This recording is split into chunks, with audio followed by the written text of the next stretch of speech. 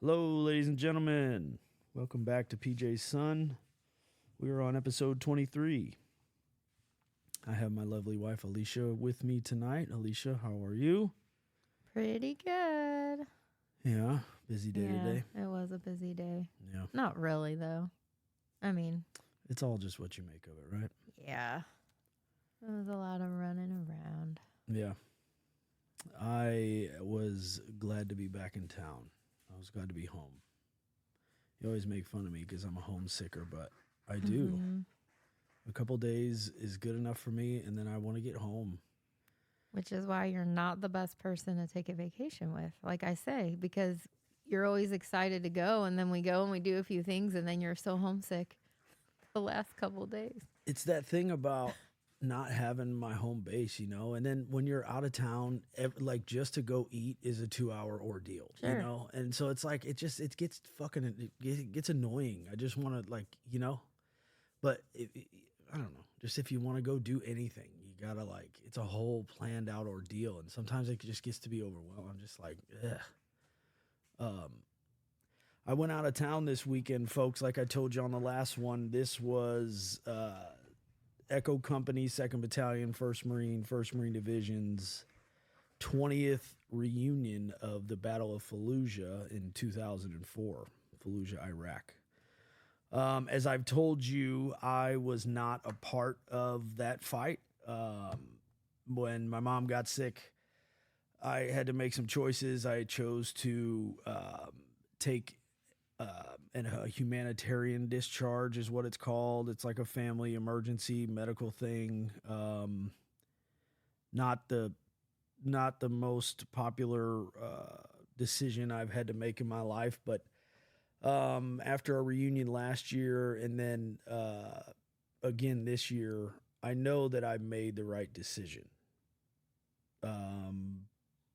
Almost certainly would not have come home. The guys that did make it home are able to kind of tell me the story and where I probably would have been when my team got hit, my platoon got hit, and so in that sense, I don't regret that decision in any way, shape, or form. I wouldn't be here and have my family and all that other stuff. But it's still a difficult thing that you have to deal with. I'll get into it a little bit more, but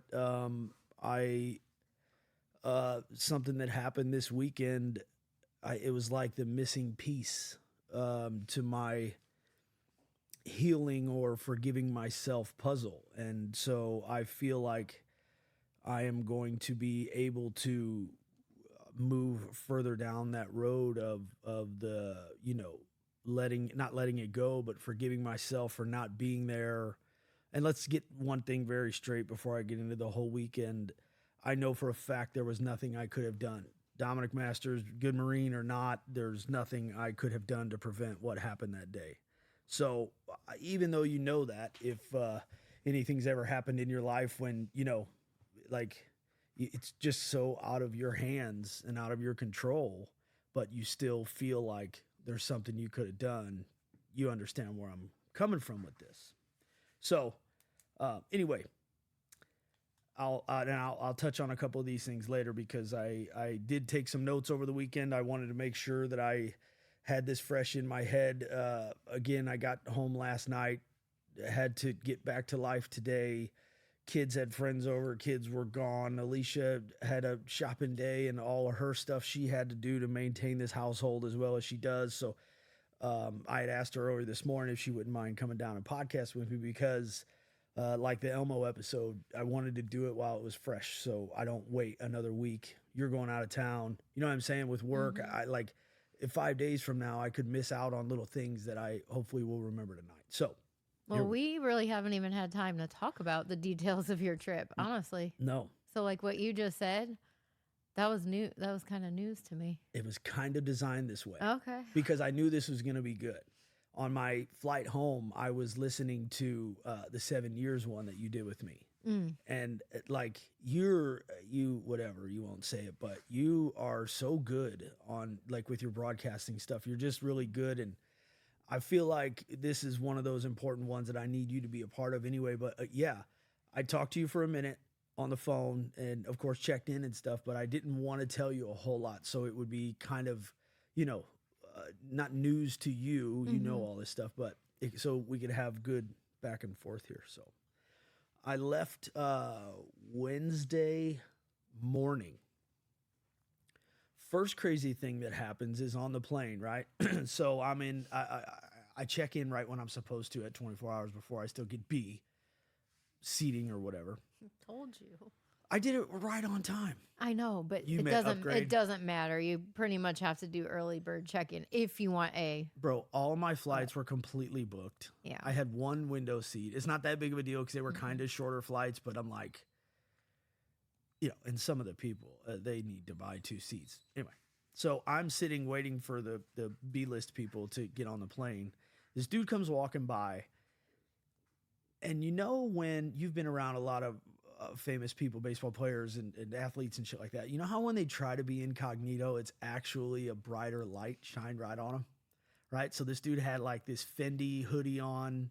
I only know what Fendi is from like seeing people on YouTube. Like, of course, I'm not affording Fendi wear, but like Jordan 1s, some dope glasses. It didn't look fake. A couple big chains, nice watch. He was just kind of swaggy for being on a Southwest flight. He had like his lady. Most of those UFC fighters, they're like, pretty girlfriends and stuff. He had 2 little girls with him. Now, this makes sense to me as I'm putting this together. I'm like, he looks so familiar. And I see the 2 little girls, and I remember that this dude has his daughters tattooed on his chest. I'm like, there's no way that's him.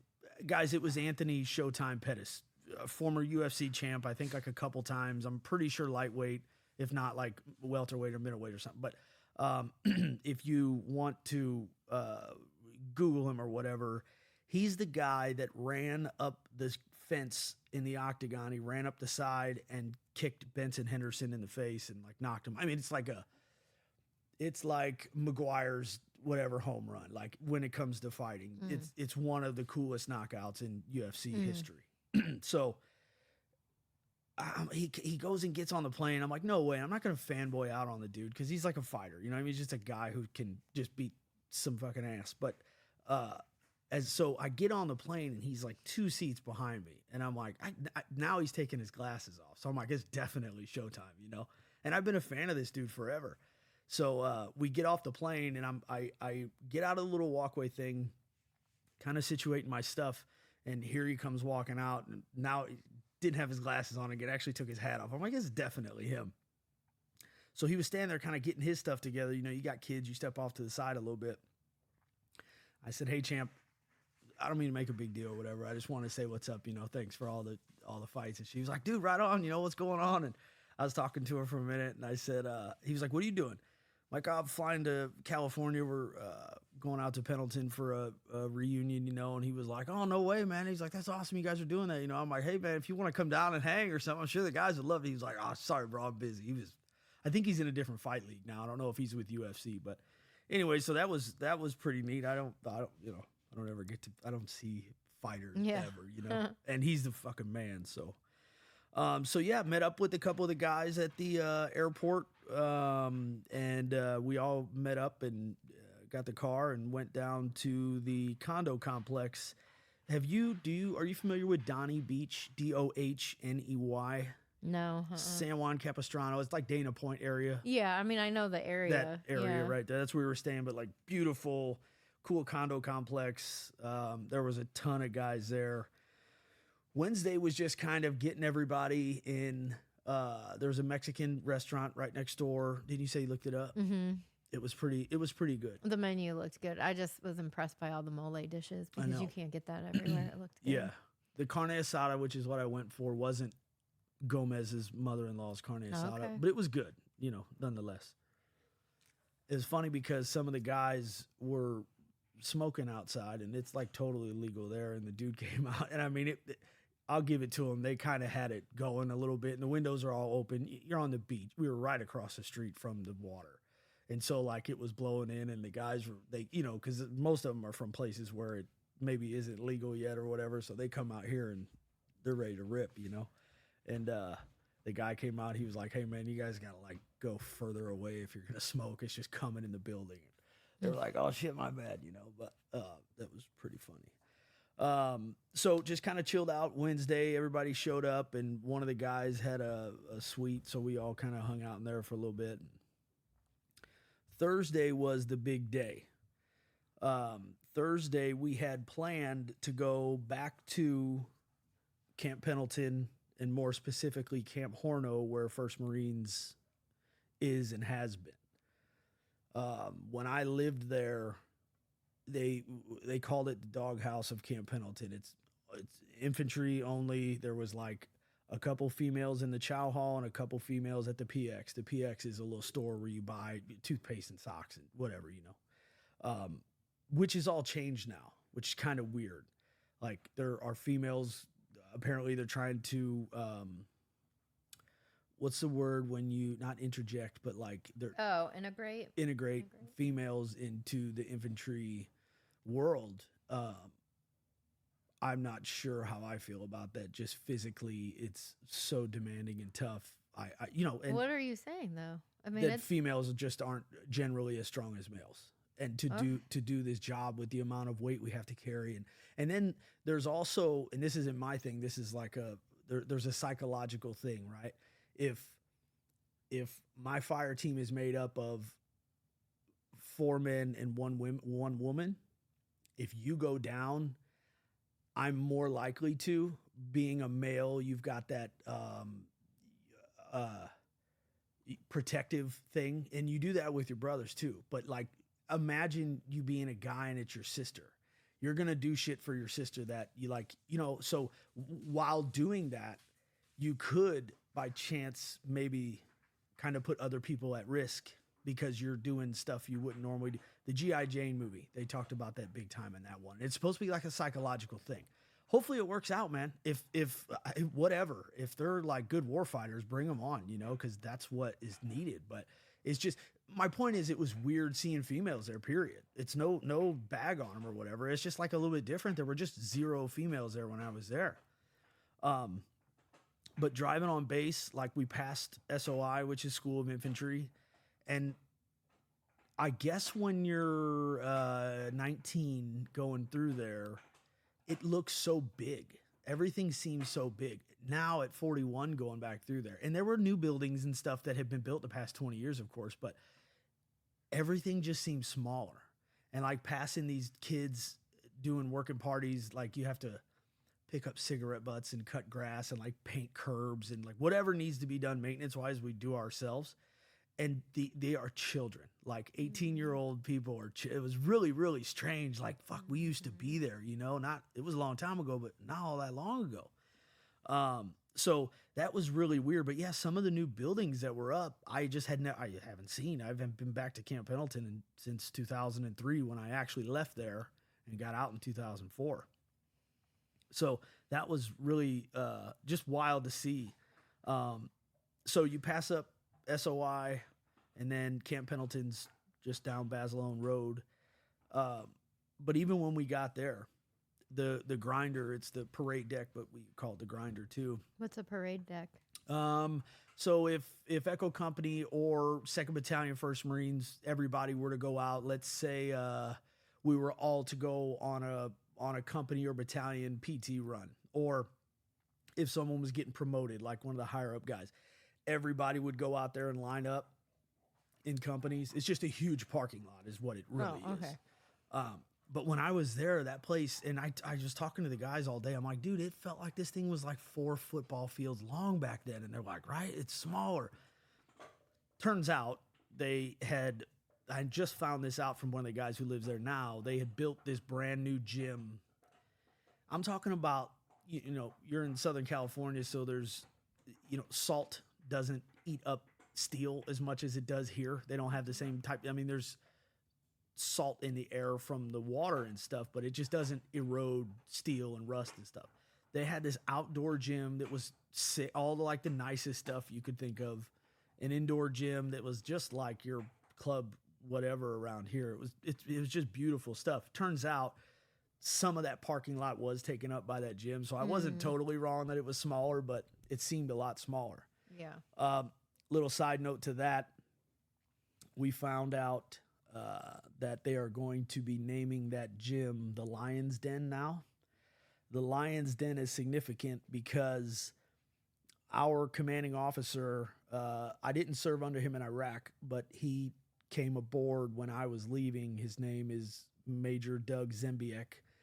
You can YouTube or Google the Lion of Fallujah, and there's plenty of stuff out there about him.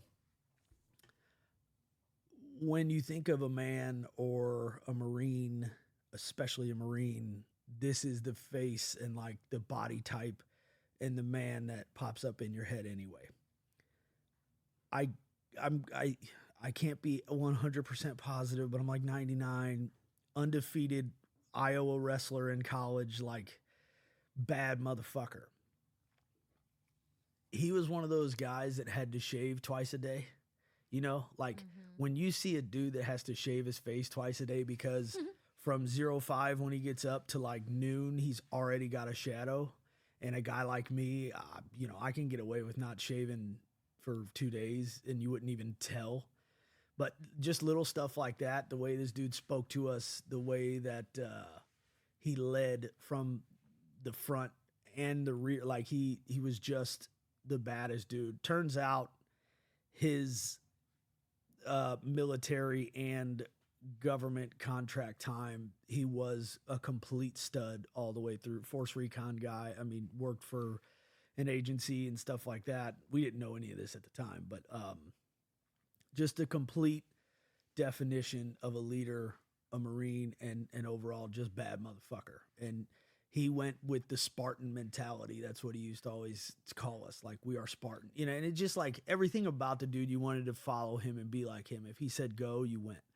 And so to honor him, they're naming that gym the Lion's Den. And that's only a small token of appreciation and remembrance for him, I know, but it's a big deal and it'll live on. Wait, did he pass away? Yeah, he was killed in 2007. Oh, I'm sorry. Didn't say that. I'm sorry. Part. My Okay. bad.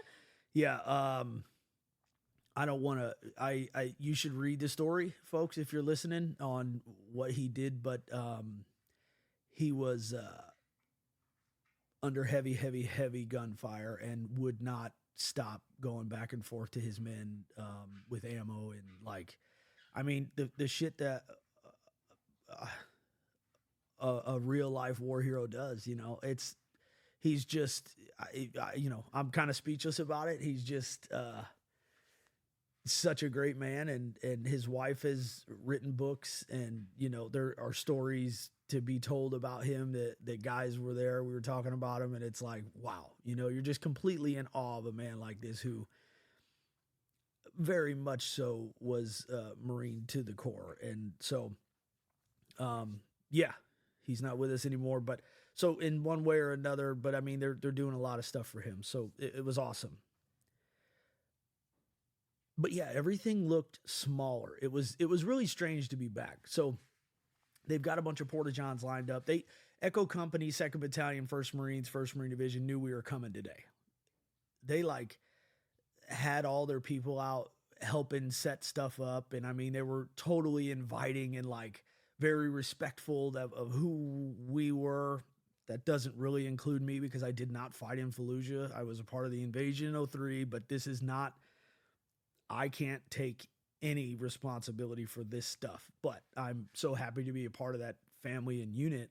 But the current guys who are there now they went up the hill. They were setting stuff up. They were totally cool. But so they had a Porta-John sitting over there, and I walked over and was just checking out some of their gear, you know, and like all their rifles have suppressors on them now. Suppressors are the things when you hear in the movie where it doesn't sound real loud. It's just like a pew, pew, pew. It just quiets the sound. That keeps the enemy from kind of having a better idea of where you are. It doesn't flash real loud because like in the dark, when someone's shooting at you, it's really easy to pick up the signature of the rifle from the visual you have. It's like a fire just blows out, you know? So if you just can kind of zone in on where about that fire is, you can fire back and hopefully get him before he gets you. So the suppressors, but like all their gear is new, nice, like top of the line shit, you know? So I was standing over there checking it out, one of their second lieutenants was standing there with him, and he was going, "Are you with these guys?" And it was pretty apparent that I was. But I said, "Yeah, I was just talking to him," and I was like, "Hey guys, this is gonna sound weird. I'm a lot older than you now," and it was a totally cliche thing for me to say, but I'm like, enjoy this stuff. Like I know that every day doesn't seem great, but this is the best time of your life. Like right now, all the stuff you got to do, you're gonna look back when you're 41 like me and remember how much fun it was and how tight you are with these dudes and just how cool this whole experience is. So, try not to take it for granted. One of the younger dudes was like, "You're a prior service, what do you call me? Your prior service recruiter or something." I'm like, I get it, dude. It sounds fucking lame, but just trust me when I tell you that. But so we all kind of were hanging out on the grinder for a while. With all the rain that they had in California, the normal fire break that you would take up. Okay, so a fire break, it's like a football field wide, and they cut that down real low in case there's a fire. It's actually for fire prevention. So if the fire comes up to this thing, fire jumps real far. When it's a wildfire like that, it's super windy up there and shit. So the fire break is designed to keep the fire in this section, let it burn out, and then be done. That's the point of a fire break. Well, obviously, it just makes a nice path to kind of walk up mountains for. But it was real flooded out and just kind of trashed, so they were making sure it was safe, and they had vehicles up there, and not everybody that went was in the best of shape anymore.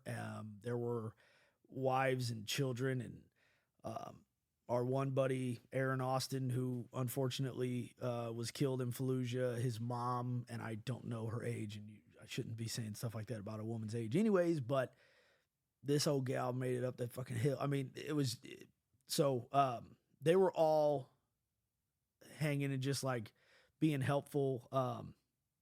We got to walk around. They had some new weapon systems out, the new sniper rifle, chambered in 4 different rounds. You can like change barrels in this thing. Different rounds will allow you to reach out further on enemy targets. So like one round you can get out to 700 meters, and next round, so on and so forth. That's where that photo came up of Josh and I. Mm.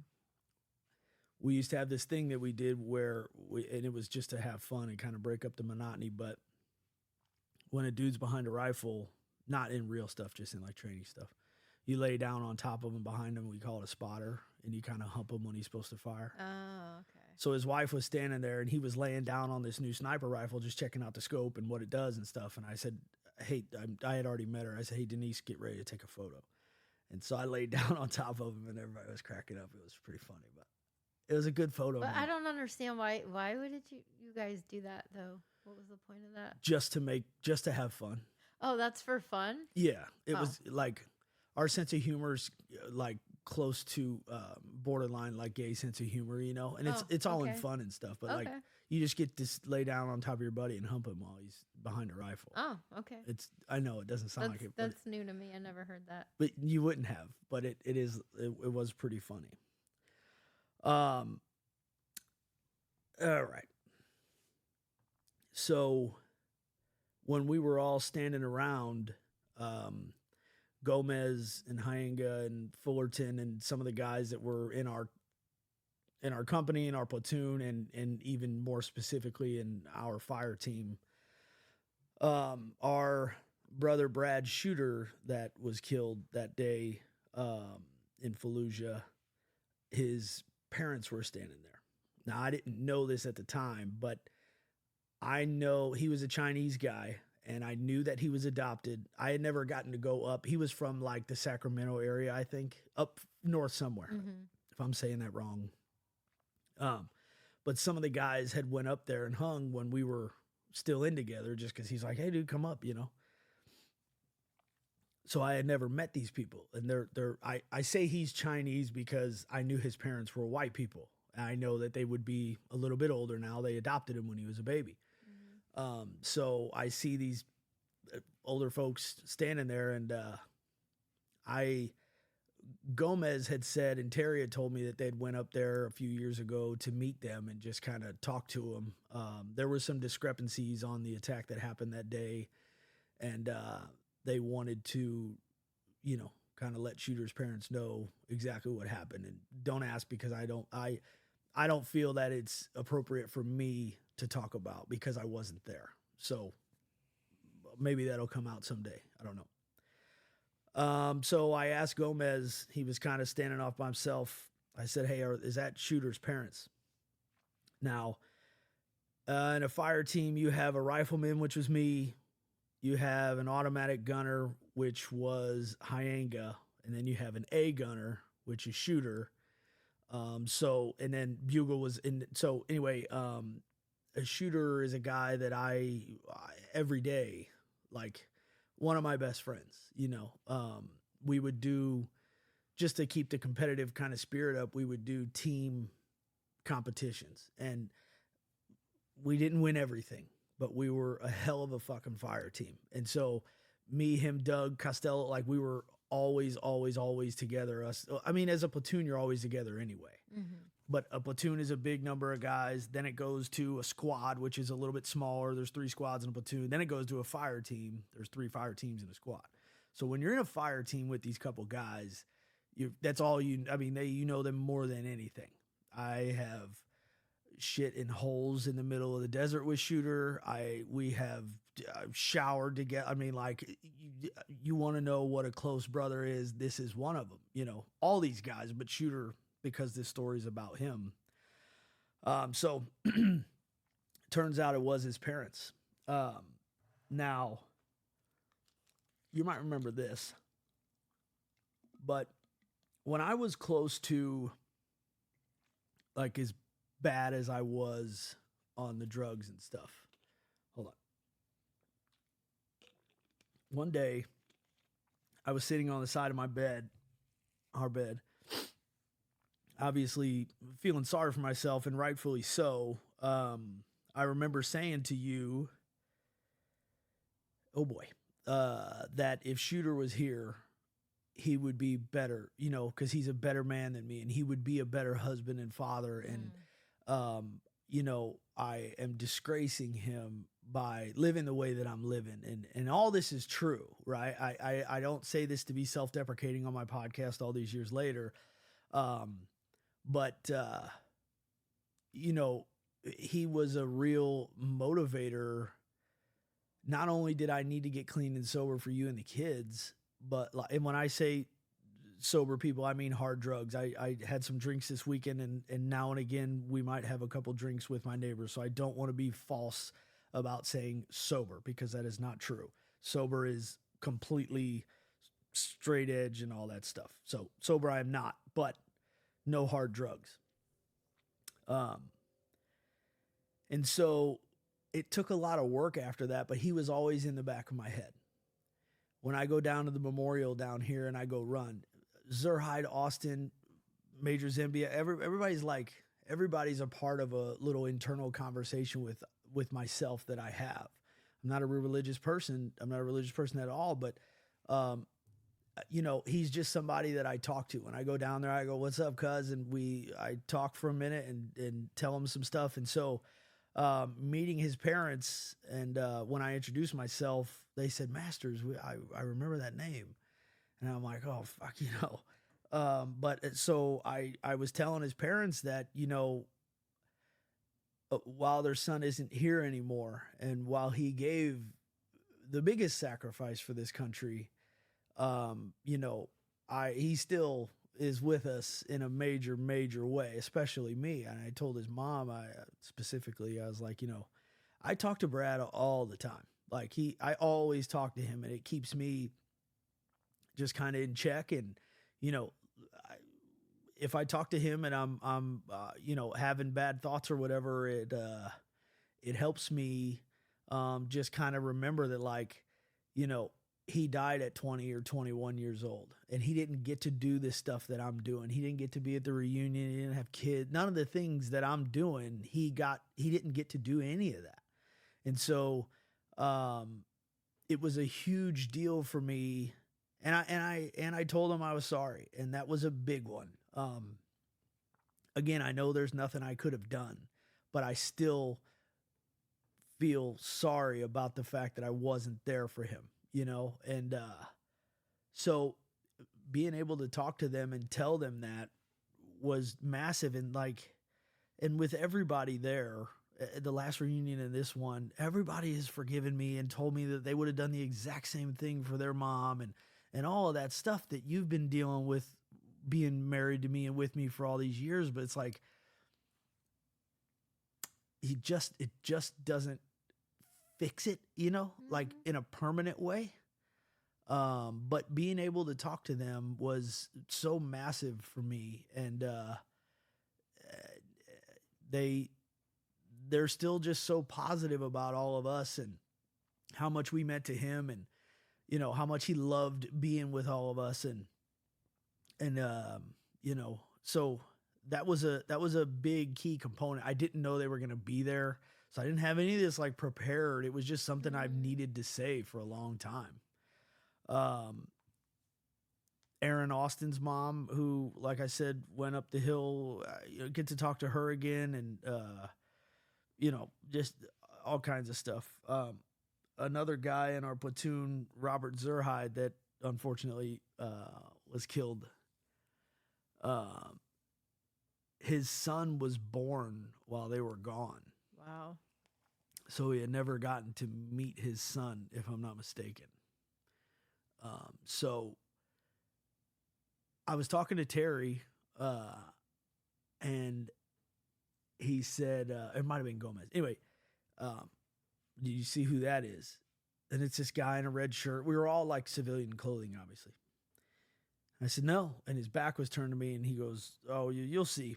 And the guy turns around, and I mean, he looks exactly like Zerhide. Exactly like Zerhide. And he had like a baby and stuff. He's a grown up, so you figure that was 04. He's at least 20, 21 probably. So he's like this adult. And it took me a little while, because what do you say? What do I say? Even as a guy who didn't quote unquote have like a dad around all the time, what can I possibly say that everybody here hasn't said, right? Everybody's told him what his dad meant and how good of a guy he was and all that stuff. Like, what am I supposed to say? But that didn't excuse me to not say anything, because like, while I have never met you before, it's my duty as a brother of your dad's who's no longer with us to say something, and I don't need to go into every detail, but it was like, I'm really sorry, and your dad was a great man. I didn't know what else I could say that would be, and you could tell the dude's heard it, and I know that he believes what everybody's told him, and it wasn't like he shooed me off by any means. I'm just saying, like, he was used to having that conversation, so that was important. It was special. It was heavy. It was hard to do.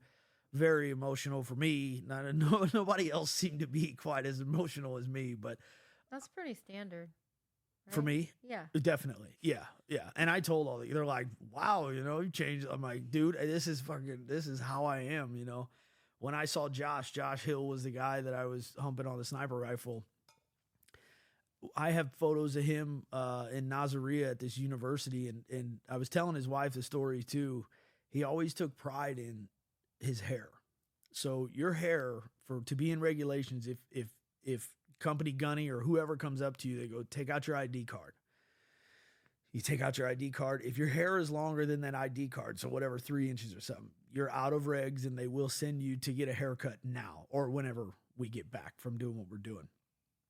Hill was always right on the limit of, I mean, Gunny was checking him all the time, and Hill took so much pride in that. But so we've been in Iraq for a while, and we were at that university, and I mean, I've got this photo of he and I standing there smoking cigarettes, which neither of us do anymore, and filthy, dirty, disgusting. And I mean, his hair, and I'm telling his wife, and she's like, surprisingly, that is like the story that most of the guys tell me about him, is his stupid hair. And I'm like, you would not believe how great it was. He would barely get a haircut. And I know that seems silly to civilians, but it's like one of those things, you know. But seeing him, it's been so long. I haven't had contact with him. You know, obviously no social media and stuff, but it was just special. So I think the number I got was like 146, but there were a lot of people there. But we took off to hike up the microwave, we call it. I don't know if it's the highest point on Camp Pendleton, but it's one of them. It's a hike that we did a lot when we were younger, but nowadays, and I feel like I'm in pretty good shape still, but it was tough.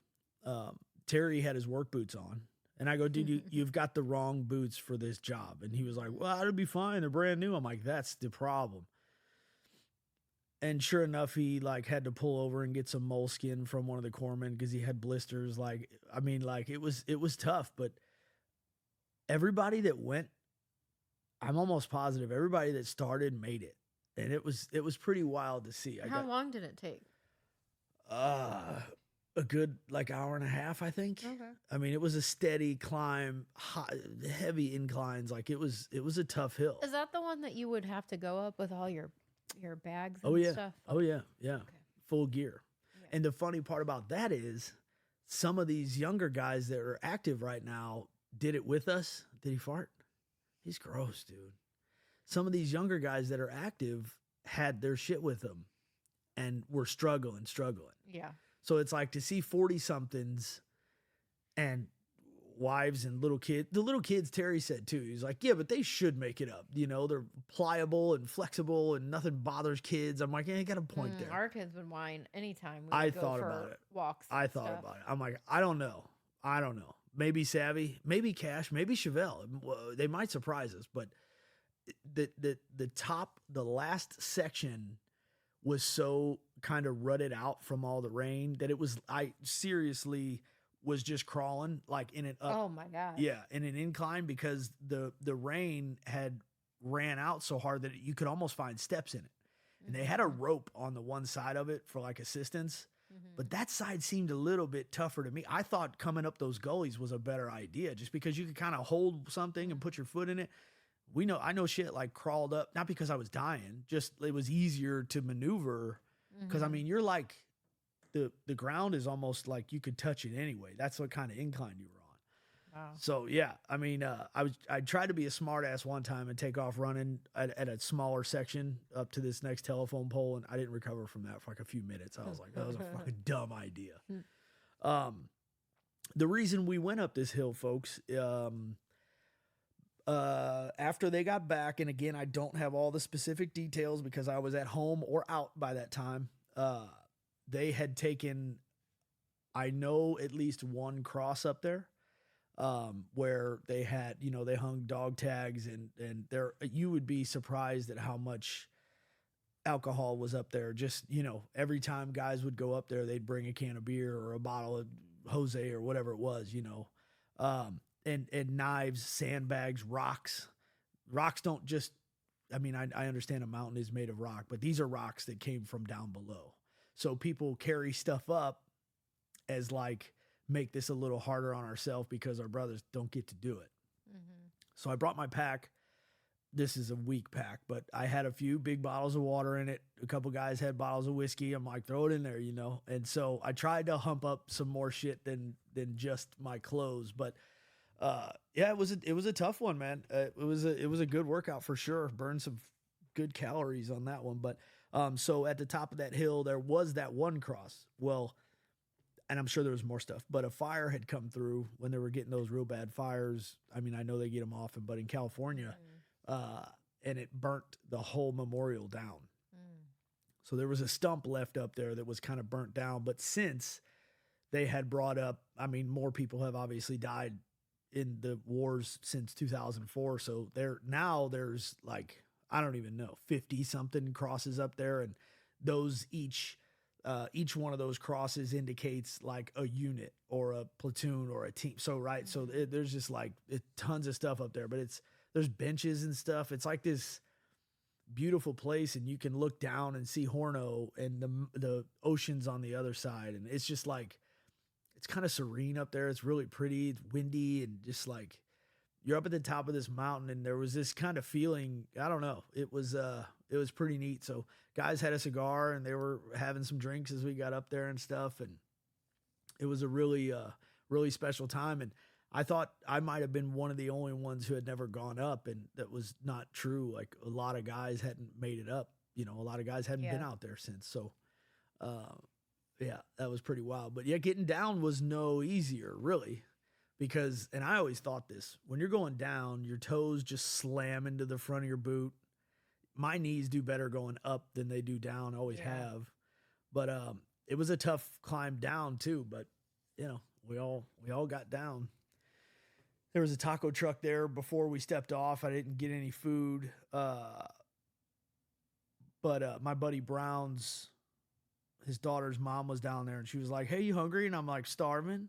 And she gave me this quesadilla, and it had like pico in it. I don't even like pico. I started eating this thing, and then we went and got a burrito. It was very familiar of when we used to be out in the field, and you just come back just starving for like any regular food, you know? So it was killer. But yeah, we went to the PX, and I got shirts and some stuff for you guys. Apparently, no, not for you guys, for the kids. Not for. I'm just kidding. I forgot you a little bit, huh? I've been giving you trouble since. Dude, I know, and it's like I spent like $118 on clothes, and it was funny because we were talking about it. Like, this is stuff we would never have bought while we were in. When you're in, it's not cool, but when you're out, you want that. I don't wear a lot of grunt style. As a matter of fact, the only military stuff I wear, period, is 2-1 stuff. And so, but yeah, that place was picked pretty dry by the time I got there anyway. So I was kind of lucky to get anything. Yeah. But I was thinking, and we were talking about it, like what you would do differently now, you know, like if you could go back, what would you do on Do Tour differently? Right. You might not do anything, but just as far as the gym goes, and like, excuse me, I worked on infantry stuff outside of hours a little bit, but like, you know, you want to kind of hang and take it easy, and you know the next day is going to be another tough one. But you see all these young dudes, and they're all like hitting the gym afterwards, you know, after work. And I don't know if they're all infantry or not, but I don't know. I was just thinking I would have maybe played my hand a little bit differently, just tried harder, you know, done more than I could have. But we were working pretty hard at the time. So, well, your brain at 18, 19 is a lot different now. Yeah. Yeah.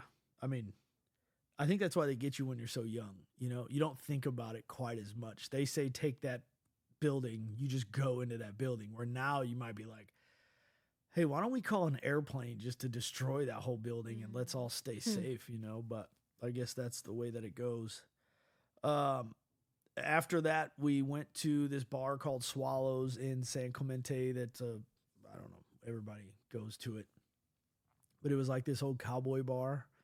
And it was all these like they seemed like rich dudes that liked the cowboy lifestyle. But this one guy asked kind of what we were all doing. We did not fit the mold of a Thursday night. It was like a line dancing night there. And there's just a bunch of like tattooed guys, some of them like jacked and some of them not. But he was like, hey, what do you guys got going on? I kind of told him, and he handed me $100 and was like, hey man, go get some beers for your guys, you know? So I went to the bartender. I was like, hey, can you, this gentleman, you know, keep 10 for yourself, but can you figure out? And like, he brought out a bunch of beers, and I don't know. Wow. Everybody was pretty cool. Yeah. There was zero trouble, which, Sergeant Major Skiles was there. Sergeant Major Skiles was with Ethan Place when he did that, TV show, Sniper, bad motherfucker. So, you know, you tend to act right when people like that are around, but also with all the emotional stuff and everything else that had gone on throughout the day, I thought maybe there was a chance somebody would get a little rowdy, but absolutely zero problem. You guys are in your 40s though, right? Yeah. I don't know. I don't go to bars anymore. Do people in their 40s this still is get in the a first fight? bar I've been to in so long. Yeah, absolutely. Yeah, some people still act like idiots, but and just the thing about a lot of these guys, myself included, don't hang like that or party like that, but at things like this, you know, and some of the guys are still able to do it with like no problem, which was wild for me to see. I'm like, I don't know how you guys can do this all the time, man. I'm wrecked. But yeah, everybody acted right and got home safe and Ubered and like everything was awesome. We got back to the hotel and I had more than a couple, and my buddy Espinoza was with me, and the hotel was sectioned into like 2 different wings. So if you were on one wing, our key would not work to get in that door to the main building or something like that. I don't know. But what happened is we ended up doing circles in this hotel for a little while until our one buddy, we were walking up and he opened the door and was like, hey, you fucking idiots, are you guys lost? We're like, dude, you know, but it was one of those funny things. But he and I just laughed. I mean, every time, both the 2 reunions I've been to, the last one, Espinoza lost a shoe. And I just like, it was the funniest thing in the world to me. That like, how do you lose your shoe? I don't know. You'll have to ask PJ Espinoza. But we just laughed at him and like, you know, actually at him, not with him. And I mean, it's just funny, dude. We laughed so much. It was great. I saw another kind of like YouTube celebrity. I think he's a celebrity in his own right anyway. I don't mean to say YouTube to like put him down, but his name's Cody Alford. Ethan Place was a hog, which is a scout sniper all the way. Apparently Cody was one of his pigs, which is a guy who's being trained to be a all the way scout sniper. It means, it's acronyms, but you don't care. But you can YouTube him and shout him out. Cody Alford. He was a MARSOC, which is Marine Special Operations Command. So like a commando, a bad motherfucker, scout sniper guy. And his one YouTube video, he got shot in the helmet and it like knocked him out, but like didn't kill him. And apparently he did really good work over there. So I stopped him that night at Swallows and just kind of asked him, you know, I said, hey man, I kind of follow your stuff, you know, and I appreciate all the work you do for everybody. He's big into like getting yourself out of that hole and positive stuff and defying the norm. Defy the norm is his kind of brand. But just like working hard and getting out of your own way and the esprit de corps, which is something that we live by. It's like the spirit of the corps is what it means. But, you know, maintaining that lifestyle even after you're out in the real world gets a hold of you, you can still hold yourself to those standards and stuff like that. So it's like positive message stuff. So I was just kind of asking him some, like, you know, what just helpful advice on podcasting and stuff like that. And he gave me all the answers I knew he was going to give me. He's like, what's the problem? I'm like, well, there isn't really a problem. He's like, well, then what are you really asking me? I'm like, I don't know. He's like, are you maybe looking for a shortcut? I'm like, probably, yeah. And he's like, bro, there isn't one. He's like, if you listen to any of my stuff, there's no shortcuts. And just like I tell our kids, it's hard work. He's like, you know, because I was asking him about video and editing. He's like, so you've seen my stuff? And I said, yeah. He's like, what does it look like? Do you think that I have a producer and like a cameraman? I said, actually, no. It seems like you just hold your phone in your hand. He's like, so you already know the answers to all your questions. He's like, bro, you don't need me to tell you this shit.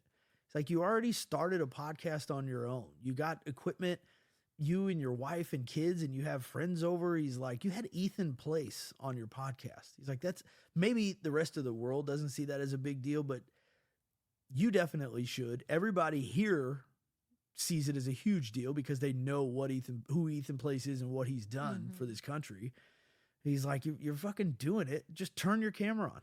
He's like, yeah, man, you know, you'll mess up a few times and whatever. He's like, but do you think I never messed up? He's like, bro, you already have the answer. So it was helpful advice that I didn't really need, but it was nice to hear from somebody like him. Well, somebody that you kind of look up to, though, for just sure, to make sure you're on the right path. Yeah, for sure. Yeah. I guess I did think maybe he had a cheat code. Like, yeah, dude, get on YouTube, press XY698, and it'll show you into this new room where they'll take care of it. It's like, that's not going to happen. You just do it on your own. So yeah, like you said, a guy you admire for all kinds of shit. He's a fucking monster. He's jacked, you know. So and all the stuff he did, apparently, you know, bad motherfucker. So it was cool just to kind of talk to him. The other thing that I haven't told you about, I need you to stay awake for this one, and then we'll get done here. I know you're tired, so am I. My platoon commander was there. Your platoon commander, so like I told you before, you have a platoon, we're a second platoon, and then you have 3 squads in that platoon, and then there's 3 fire teams per squad, hopefully, if you've got all the numbers. Your platoon commander is in charge of all of you. He's an officer, you salute him, blah, blah, blah. Lieutenant Wagner came when he was lieutenant then. He's a major now, I believe. So he's in charge of way more than just a platoon and has been for.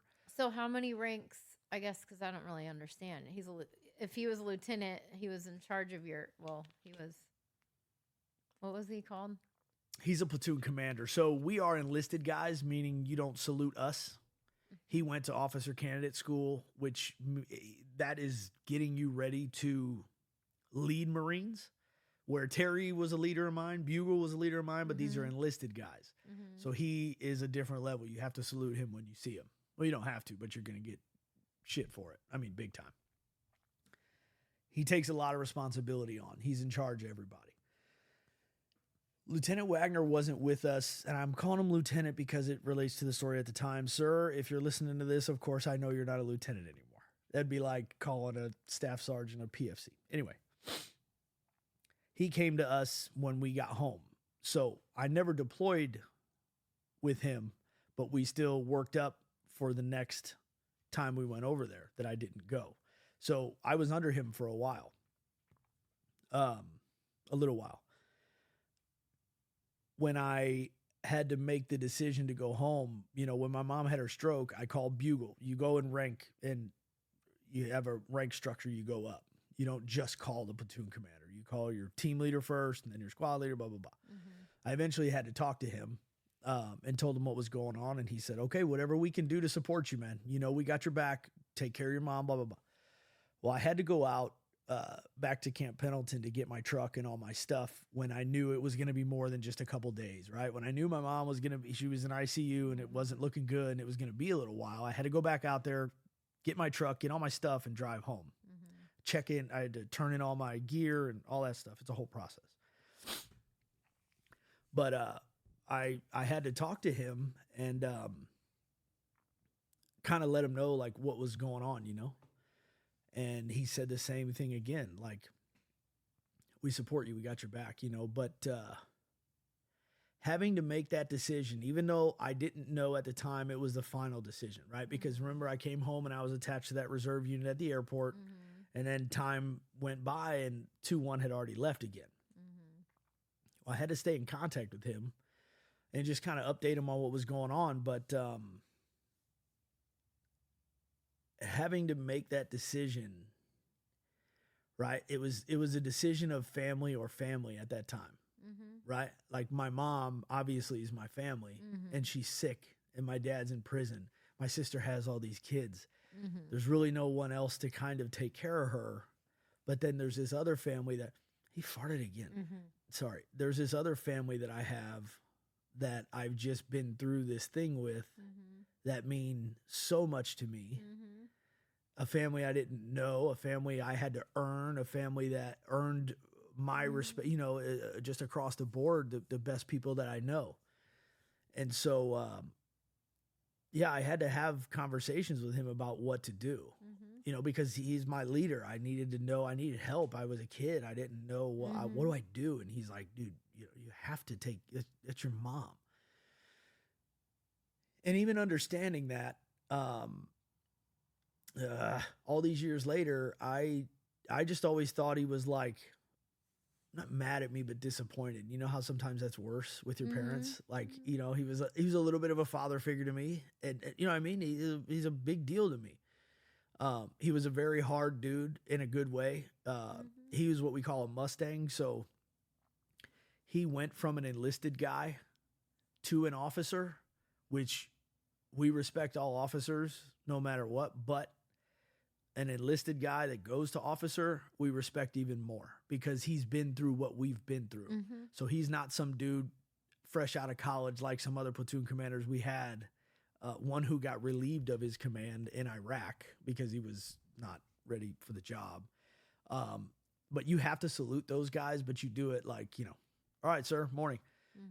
Whereas a guy like him, it's a different thing because he's fucking one of us. It's just now he wanted to be in charge of us and do his best to keep us alive and to be a good unit and all that stuff. Is it kind of like we've been watching that show, Masters?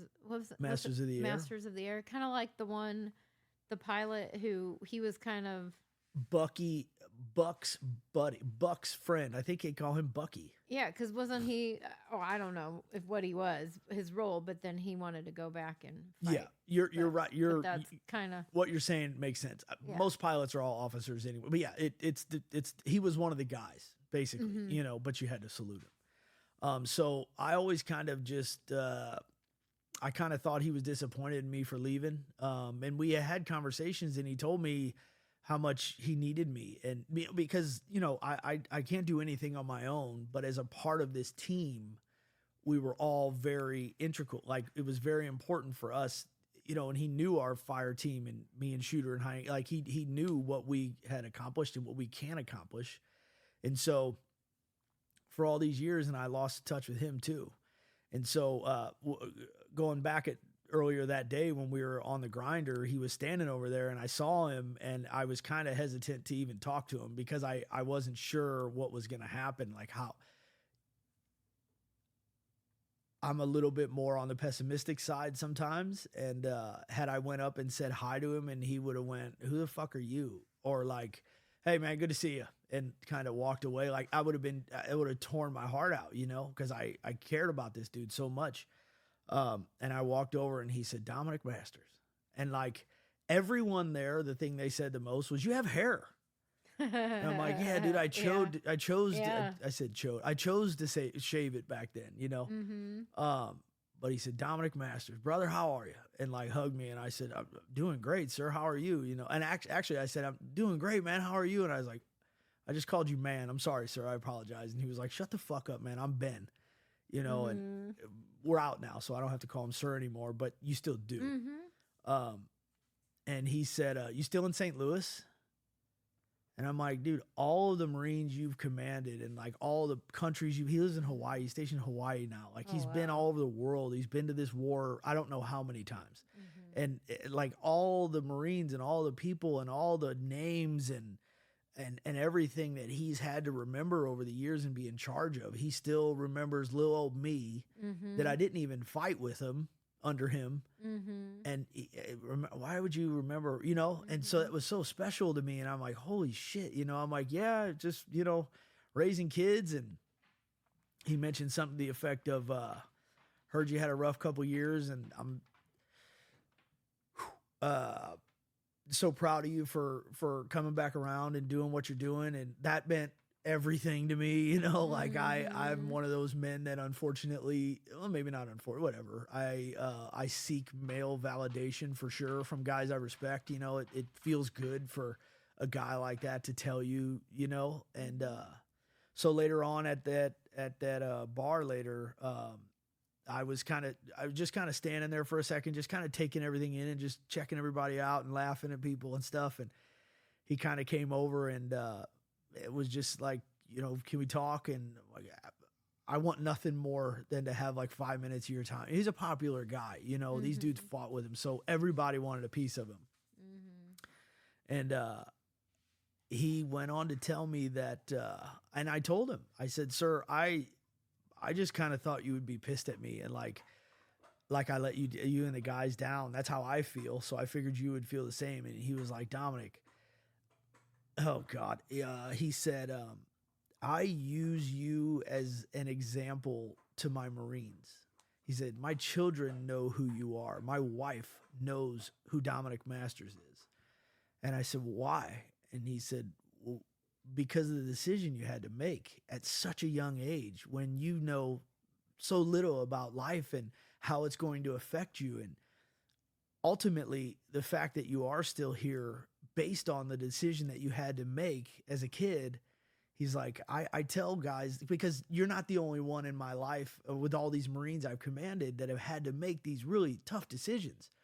And he said, so when a guy comes in and he's got a family thing back home that he doesn't know what to do and he wants to be there for his guys, but then again, he's very obligated to his other family. And he said, I've told your story so many times over the years. And he goes, dude, I honestly, I would have done the exact same thing that you did. And I told him, and I fucking bawled and and it's embarrassing, but I'm not embarrassed. Just that I needed that piece of closure, I think, right? Like, because all the other guys have told me the same exact thing, but sometimes it's who it's coming from that makes the difference. And for my commander, my leader, my boss to tell me that like I did the right thing and that he supported my decision and still supports me to this day and all that other shit, it was like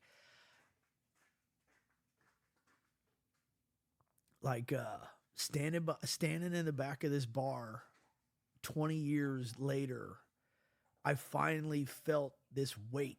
Like when Gomez said it to me a long time ago, I felt a little bit come off. And then Terry, and then Elrod, and then it was always like a little bit was chipped away, and I got a little bit lighter, and the weight was just like a little bit less on my shoulders, and it was like there was this last piece that needed to happen for me, and I didn't even know it. I had no clue he was gonna be there, of course, but I didn't know that was what I needed to hear, and it's like that doesn't make it go away, but I felt this sense of I was going to be able to start the real like forgiveness and healing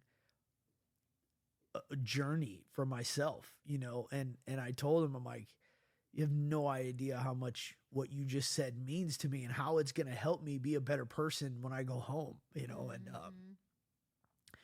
it was just it was such a big deal to me to talk to him and like just I feel have 100% support from him, you know? And so that was like all of these things that happened this weekend were huge caps, like that all of them were like equally important, you know? Just seeing Hill was as important as seeing Major Wagner, but just in a different way, you know? And so him telling me that was, I mean, the last one I felt better when I came home, and this one is just, it's even more than that. Sorry guys, I'm like fucking tearing up and shit. This is who I am, man. I'm not gonna not be that. So where the husband cries more than wife. Wife in this house. Yeah. There are no questions asked, man. I'm an emotional person. I had to learn how to be this way so I could get over a lot of things. So that was a huge bonus to this whole weekend, and frankly made the whole thing worth it. So that would have been Friday night. The next day, Friday, we go out to a dinner. And I feel so bad, and I should have called Terry before this, but a lieutenant general spoke to us, and I know his name, but I cannot think of it, and I'm sorry. He was the regimental commander of all 1st Marines. Anyway, this guy has been around for 40 years, and he talked to us, and I think that was for us to hear, and I'm not personally going to share a lot of the details on that, but again, I was telling Alicia a little bit earlier, you just don't get to meet generals like this too often. They're busy running the show. So like they do their best. They're no better than anyone, and they'll be the first to tell you that. But like they're busy, you know, so you don't get to meet guys like this too often. And to get to just hear him speak about the world these days and how much we all did, not only the Fallujah one, so I'm okay with feeling a part of this speech. And how important it is for the new generation to come up and fight like we did. And, you know, just how the world's kind of turning and changing a little bit. And so to hear a man like that speak was really, really special, and something that a lot of people don't ever get to hear. You know, it's not common to speak to a general, honestly. Like, now with the Corps of Engineers, they come out all the time and stuff like that. But to me, it's just a little bit different. an infantry guy, you know. So yeah, he spoke to us for a while, and that was really special. And that was I was gonna be leaving. I left Saturday morning, so that was kind of my time to just say goodbye to everybody and tell them I love them, and I hope to see them again at the next one, whenever that may be. I don't know if we're gonna do it every year or whatever. I probably can't do it every year, but you know, every 5 years or something. Hopefully we can do it. But Tommy Adametz was there, one of my guys. It was a very special, heavy, emotional, funny weekend. I mean, it's. I don't want you guys to think that we sit around and tell war stories. It was more like the funny stuff that happens and just stuff like that. But so yeah, I had to kind of say goodbye because I knew everybody was going to be feeling it a little bit the next day and not be up quite as early as I had to be to get to the airport and stuff. So, yeah, I got homesick. You don't, like I said, man, I just want my home base, and I missed my dog, and I want to see my wife, and like, I miss my kids, you know? And so it's like I was telling you earlier, there's only kind of so much of that I felt like I could do. And I made my way around, and I made sure I talked to everybody. And like, I got 5 minutes with all of these awesome people that I know and their family, whoever, the couple guys that had their families there, you know? And so for me, it's like we were talking about, just going out and getting something to eat is like a whole thing. I didn't have a rental car, right? So I couldn't just be on my own. So now I got to rely on somebody and ask them, which isn't a problem. I just don't want to ask people for favors all the time, you know? So yeah, I was happy. I was really happy to be coming home. Saturday, however, the guys figured out a way to get our beach in San Onofre, there was no training going on that day, so they had a bunch of food trucks, and I talked to Terry, he was there, and he said that everybody was just hanging and cutting up and talking some more. So I feel like I had enough of that for the weekend. And yeah, I got on my plane and came home, and got home about 10 o'clock last night, and couldn't have been happier to just kind of get unpacked and I didn't have my knee pillows. I was sleeping on a pull-out couch with 2 hotel pillows and a cover. Mm-hmm. The pull-out couch was okay, I'll give it that, but it wasn't my big California King bed. You know what I mean? And it's those little things that I miss. I know. I'm the same way. But it's just so weird because, like, you're in California looking at the water and stuff and homesick. Like, it's weird. I understand that. And you were like that. We were in Hawaii, and it was the most beautiful place, and it was the same thing. I'm like, I was sad because I didn't want to come home. Now it's different because, you know, we miss the kids, and I don't like being away from my dog, but like, you keep saying you're in that. California. I know. I didn't believe you. I thought for sure like you were just saying that try to make me feel better. I don't know. No, not at all. And you know, I would check in with you and let you know everything was cool, and then I was having fun and stuff. No, that had nothing to do with it. I could see where a guy would want to do that. Like, you don't want to rub it into your wife's face that you're in California, but that's not even the case with you and I. So yeah. I didn't need to do that. And frankly, we had a break in the weather. It was like 78. I mean, it was the epiphany of beautiful Southern California. It was perfect weather. The hike was perfect. It was a little bit cooler, and like I said, windy, so you cooled off a little bit. It was perfect. The water was beautiful. It was like in Dana Point, they had some kind of a whale something weekend where apparently they were either blue, I think they were blue whales or sperm whales, like the big giant fucking whales. That was their time of year, that if you were going to see them in Southern California, they were going to be right off of Dana Point, and you know, and so it was this huge like festival going on. And I mean, we didn't go up there, but you know, but no, it was perfect. Absolutely. It rained for 10 minutes when I was at the airport coming home. Mm-hmm. And I was like, wow, you know, I was hoping it didn't ruin the day for everybody else, but it absolutely did not. It blew right over. Good. But yeah, perfect weekend. A lot of growth and learning and everything else. But I am always glad to be home, and even Gomez lives there. And he was saying like the traveling back and forth an hour and a half or whatever with his family every day. Like he was like, no, dude, I get it. You know, so I'm not the only one. Before I wrap up here, I need to talk about and shout out what my guys are doing. Robert Shoemate, we call him Heath. Benjamin Leota, Doc Leota, and Chris. Wait, why do you call him Doc? Is he a doctor? He's a Navy corpsman. Yeah. Oh. So a Navy corpsman has to go with us. So while we make fun of the rest of the Navy in a joking manner, of course, a Navy corpsman is assigned to an infantry platoon. Sometimes you get more than one. It just really depends on numbers. But they have to go on every hike with us. They have to go on all of our training exercises and in combat. They are, when you, in a movie, if you ever heard anybody, they get hit, they say corpsman up. That's who they're calling. And so our corpsmen are one of us. They wear a different name tape and it says U.S. Navy on it, but they're fucking Marines like we are for the most part. My corpsman Camacho was there. Awesome. A brother, you know, he's one of us. Again, Leota was with Terry, and I talked to Terry a lot over there, and he said the stuff that this guy did under fire for our guys. Like, you cannot save them all. And I'm sure that weighs heavy on him, but an absolute stud is what he is. Yeah. New York guy, so I love his accent and all that other stuff, you know.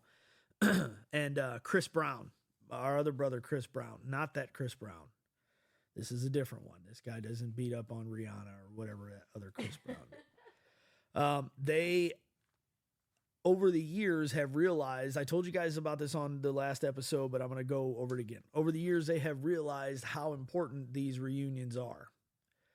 I'm here to tell you right now, it's like one of the most important things as far as military service since I've gotten out that has happened to me. And looking back, I wish it could have happened earlier and all this other stuff. It's unfair to live like that, but it's the truth.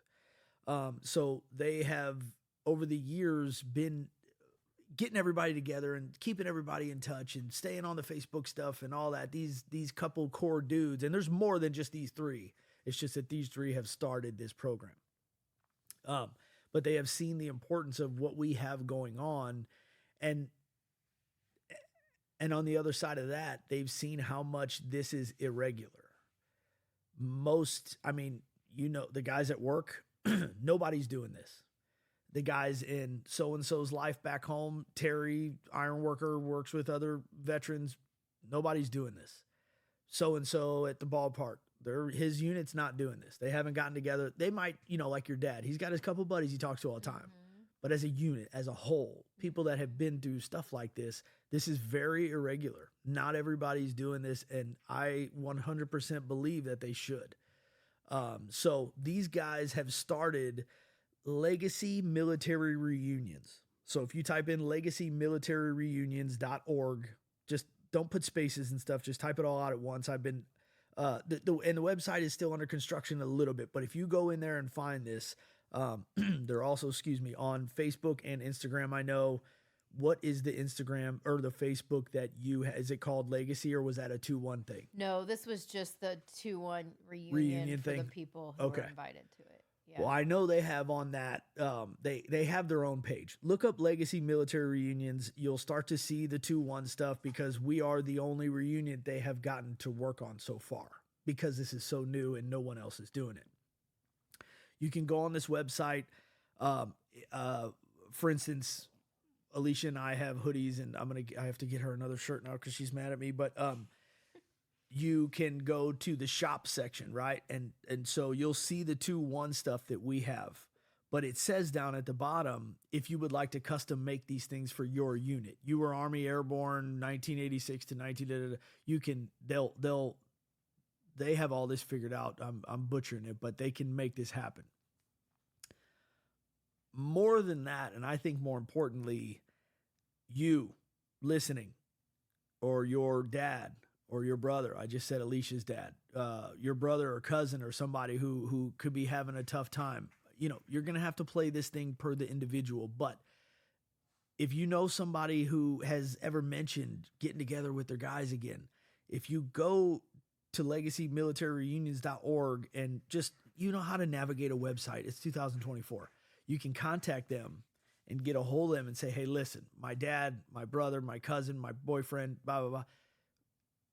I think this could really benefit him. So these guys are a nonprofit, meaning they do go off donations.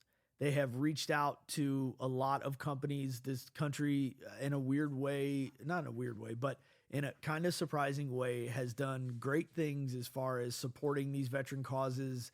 I'm going to talk about it on the podcast at the museum and try to get these guys in town and maybe see if we can promote some more stuff here in the Midwest. Shoemate mentioned something about me helping out kind of as an ambassador in the Midwest region because they're all kind of, everybody's spaced out, you know? Mm-hmm. And so I'm going to do anything I can to help these guys just because I love them and I know what this has done for me and I can speak on it.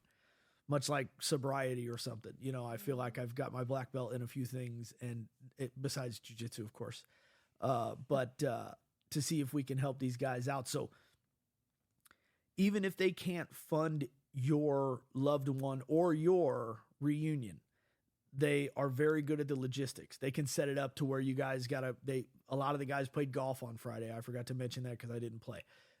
They can have food, lodging. They know places in Colorado where you're up in the mountains of nowhere and these cabins, these people put on these shows and not shows, but these events. And, you know, they'll have trap shooting and riding horses. And it doesn't even matter what all the bells and whistles are. I promise you there's a bunch of them. But as long as you guys are in one place at the same time for just a day or two,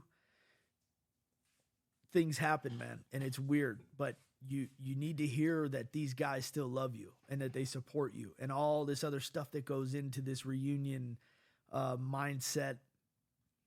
It's a very beautiful thing. So I'm going to be talking a lot about them because it's a cause that I very much support. We as a family very much support.